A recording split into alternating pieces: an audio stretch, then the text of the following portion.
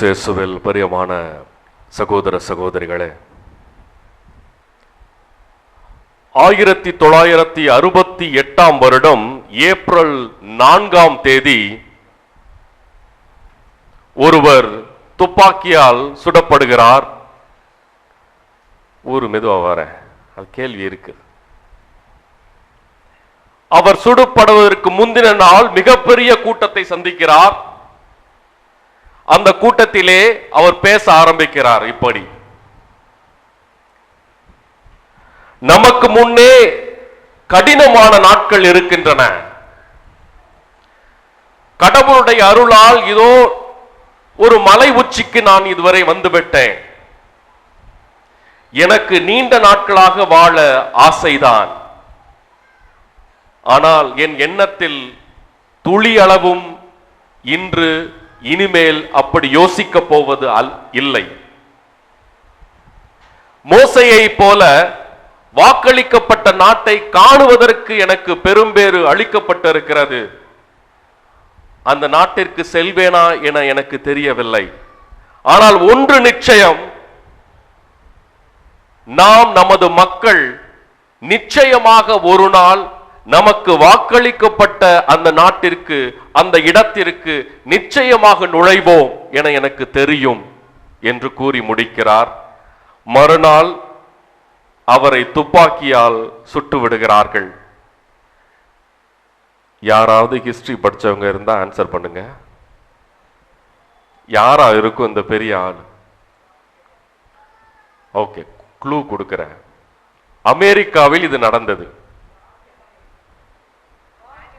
Abraham Lincoln இல்ல, கேட்கல. John Kennedy இல்ல. வருடம் 1968. சரியா சொன்னீங்கன்னா பரிசு இருக்கு. மகாத்மா காந்தியா? பாவம். Martin Luther King. யார் சொன்னது?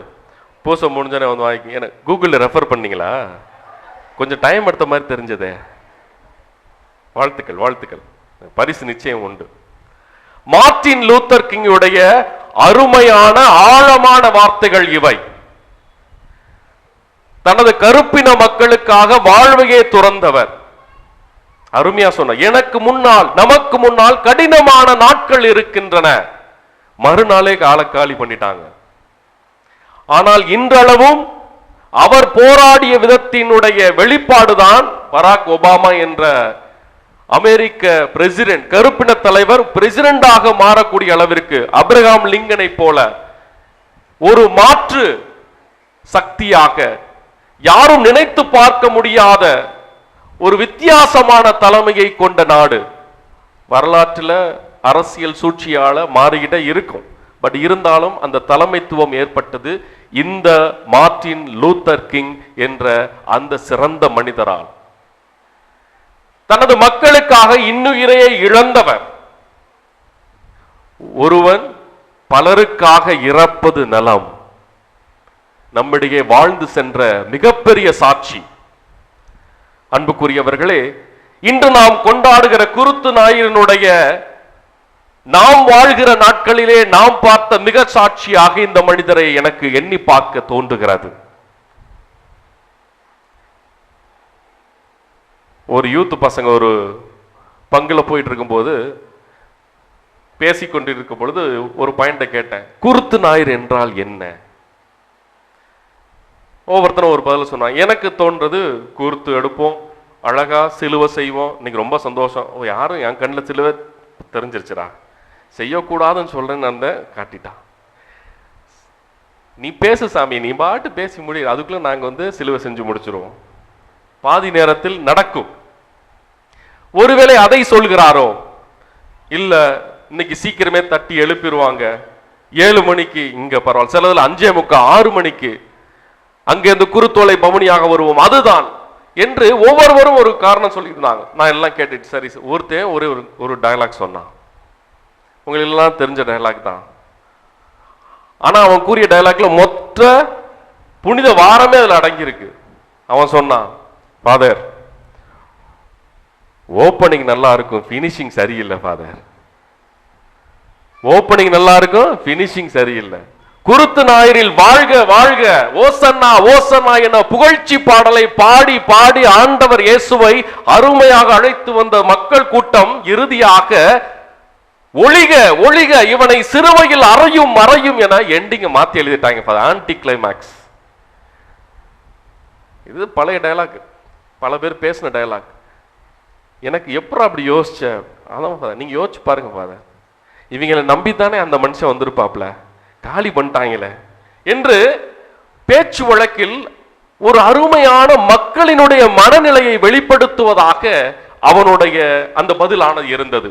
அன்புக்குரியவர்களே, இன்றைய வாசகம் நமக்கு தந்திருக்கிற ஒவ்வொரு படிப்பினைகளை அருமையாக எடுத்து பார்த்தோம் என்றால், இயேசுவினுடைய மனநிலை எப்படி இருந்திருக்கும், மக்களுடைய மனநிலை எப்படி இருந்திருக்கும், மக்களுக்கும் இயேசுவுக்குமான இடையிலே இருக்கிற தலைமை குருக்களுடைய மனநிலை எப்படி இருக்கும் என்பதை சீர்தூக்கி பார்த்தோம் என்றால், இன்று நமது வாழ்க்கைக்கு இந்த நேரத்தில் குறிப்பாக தமிழகத்திற்கு தேவையான படிப்பினைகளை தருவது போல எனக்கு தோன்றுகிறது.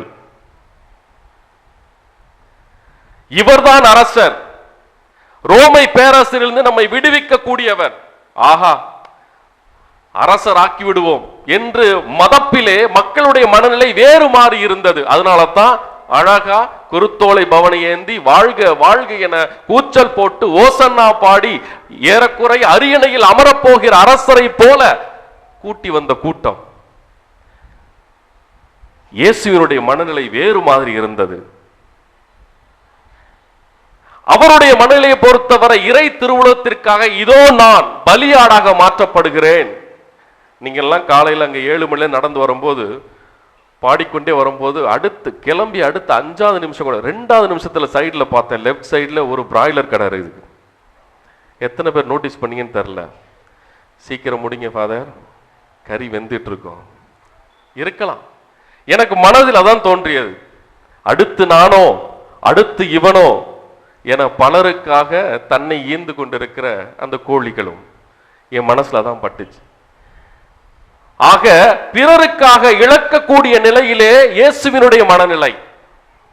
இவரை அரசராக்கி விட்டால் அனைத்தையும் நாம் பெற்று விடுவோம் என்ற மக்களின் மனநிலை. மக்களுக்கு இவர் அரசர், அந்த அரசருக்கான அரியணையே சிலுவை. எப்படிப்பட்ட பாரதூர வித்தியாசங்கள் பார்த்தீர்கள் என்றால், மக்களுடைய மனநிலையானது நிலையற்ற மனநிலையாக இருக்கிறது. இன்னைக்கு ஓகே சொல்லுவான், நாளைக்கு நோ சொல்றான். இன்னைக்கு சப்போர்ட் இருப்பான், நாளைக்கு இன்னைக்கு இந்த ஒரு குரூப்ல இருப்பான், நாளைக்கு இன்னொரு குரூப்புக்கு போவான். நிலையற்ற நிலை. குறிப்பாக நாம் இந்த சமயங்களில் இருக்கிறோம். பலரும் பல இடங்களில் மாறி மாறி போவதை நாம் பல காலங்களில் பார்த்து கொண்டிருக்கோம். செய்தித்தாளை பிரட்ட பிரட்ட இவர் இங்கே இருந்தார், அவர் அங்கே சென்றார், அவர் அங்கே இருந்தார், இவர் இங்கே வந்தார். அவ்வளவுதான். தேர்தல் திருவிழாவில் திசை மாறி போகிற மக்களின் மனங்கள். இதோ இன்றைய மக்களின் மனங்களும் அப்படித்தான் இருக்கிறது. குருத்து ஞாயிறு அந்த நிகழ்வுகளை உற்று பார்க்கின்ற பொழுது, ஓசன்னாவிலிருந்து ஒளிக என்ற புனித வாரமானது இறை திருவுளத்தை நோக்கி செல்கிற இறைவனுக்கு எதிர்ப்புறமாக இருக்கிறது.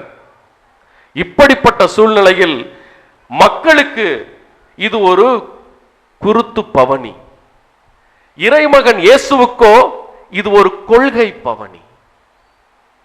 இறை மக்களுக்கோ அவரோடு கூட இருந்தவர்களுக்கோ இது ஒரு புகழ்ச்சி பவனி. இறைமகன் இயேசுவுக்கோ இது ஒரு புரட்சி பவனி. ஆக இந்த இரு மனநிலைகளுமே இன்று அழகாக படம் பிடித்து காட்டப்படுகின்றன.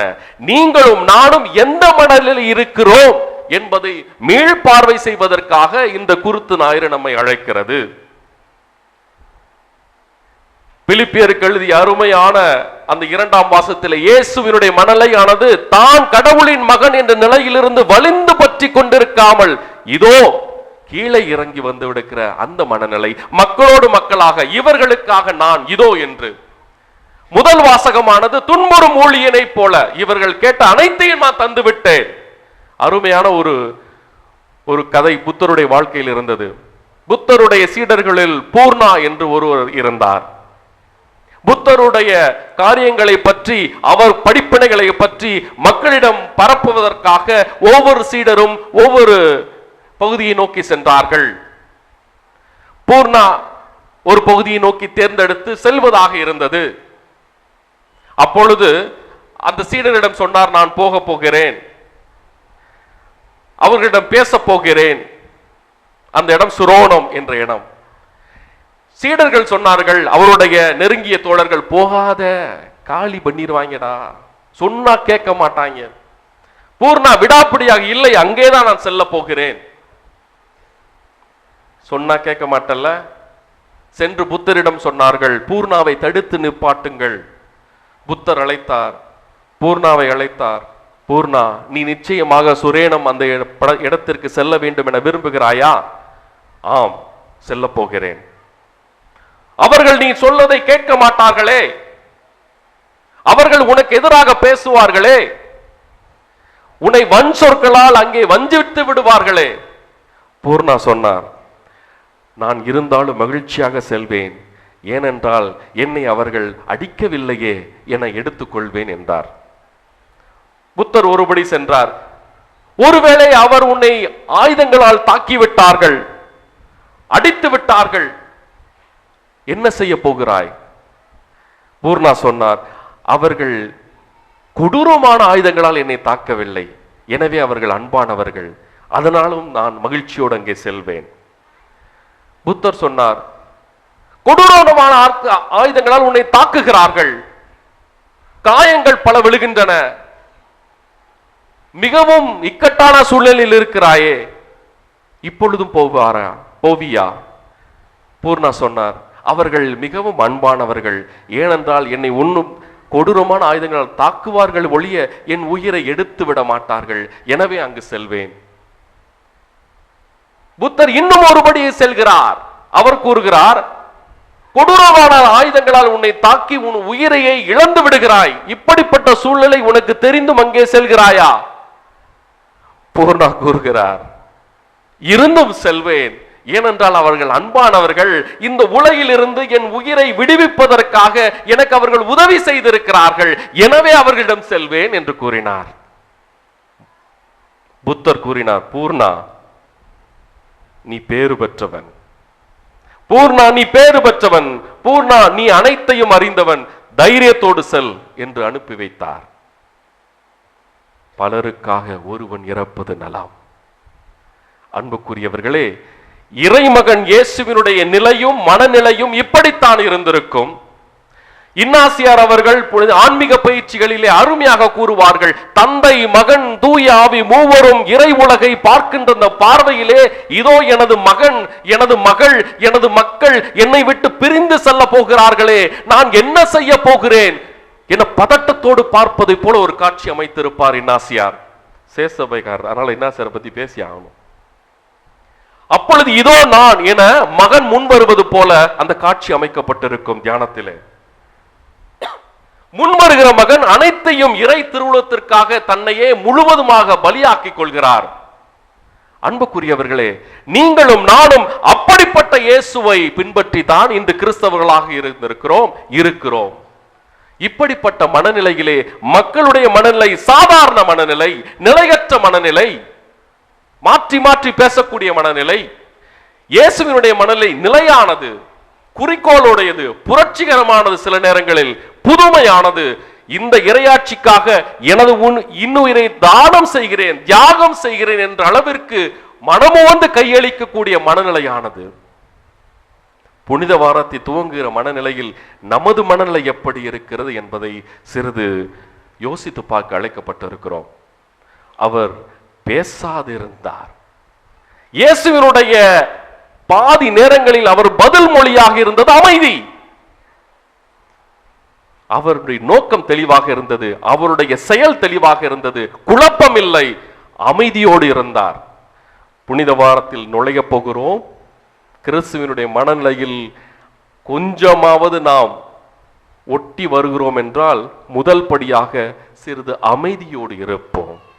பராக்குகளுக்கு இடம் கொடுக்காமல், அதிகபட்ச தொலைபேசிகளுக்கும் தொல்லைபேசிகளுக்கும் இடம் கொடாமல் சிறிது அமைதியோடு இருப்போம்.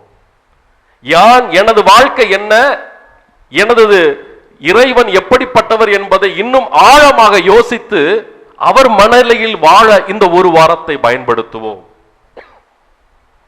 மௌன மொழியாக இருக்கட்டும், வார்த்தைகளை குறைத்து வாழ்க்கையிலே இறை திருவுளத்தை நிறைவேற்ற முயற்சி செய்வோம். நீங்களும் நானும் உம்மையும் என்னையும் பார்த்து இயேசு அழைப்பதாக நான் இன்று யோசித்து பார்ப்பது, மகனே மகளே, நான் செய்த அரும்பெரும் காரியங்களை நினைத்து மக்கள் என்னை ஓசன்னா என்ற அளவுக்கு உயர்த்தினார்கள். இறுதியில் அவர்கள் நினைத்த போக்கிற்கு செல்லவில்லை என்பதற்காக ஒளிக என மாற்றினார்கள். நீ என்ன செய்ய போகிறாய்? எனது மனநிலையை உள்வாங்க தயாராக இருக்கிறாயா? பல நேரங்களில் நாம் குருத்தோலை ஏந்தி வருகிற பொழுது மகிழ்ச்சியாக இருக்கிறது. லாட் ஆஃப் சிம்பலிசம் என ஆங்கிலத்தில் கூறுவார்கள். இதோ எனது தலைவன் அருமையானவன், இதோ எனது தலைவன் கூற்றிய கூற்று ரொம்ப அருமையாக இருக்கிறது என பக்தனாக பார்த்துவிட்டு, நீங்க செய்யறது நல்லாதான் இருக்கு, ஓரஞ்சுக்கெல்லாம் வர முடியாது, நான் இப்படியே போயிடுறேன் என பக்தனாக இருக்கிறோமா? அல்லது எனது இயேசு எனக்கு குருவானவர், இப்படித்தான் வாழ வேண்டும் என வாழ்ந்து சென்றிருக்கிறார், அவருடைய சீடனாக வாழ முயற்சி செய்கிறோமா?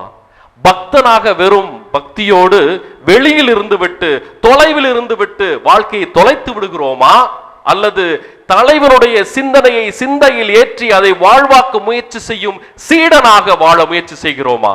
நீங்களும் நானும் நாம் ஏற்றுக்கொண்ட நமது இறைமகன் இயேசு நமக்கு என்றென்றும் தலைமை குருவாக இருக்கின்ற பொழுது அவருடைய சீடனாக அவருடைய சிந்தையை நமது வாழ்க்கையிலே வாழ்ந்து காட்ட அழைக்கப்படுகிறோம். அதற்கு இந்த குருத்து ஞாயிறு உங்களையும் என்னையும் அழைக்கிறது. பக்தனாக அல்ல, இறைவனோடு ஒட்டி உறவாடி சீடனாக வாழ்க்க இயேசு என்று நம்மை அழைக்கிறார். இன்று போன்று என்றும் இயேசு நம்மோடு நடந்து வருகிறார். நாம் அவரோடு நடக்கிறோமா? ஆமென்.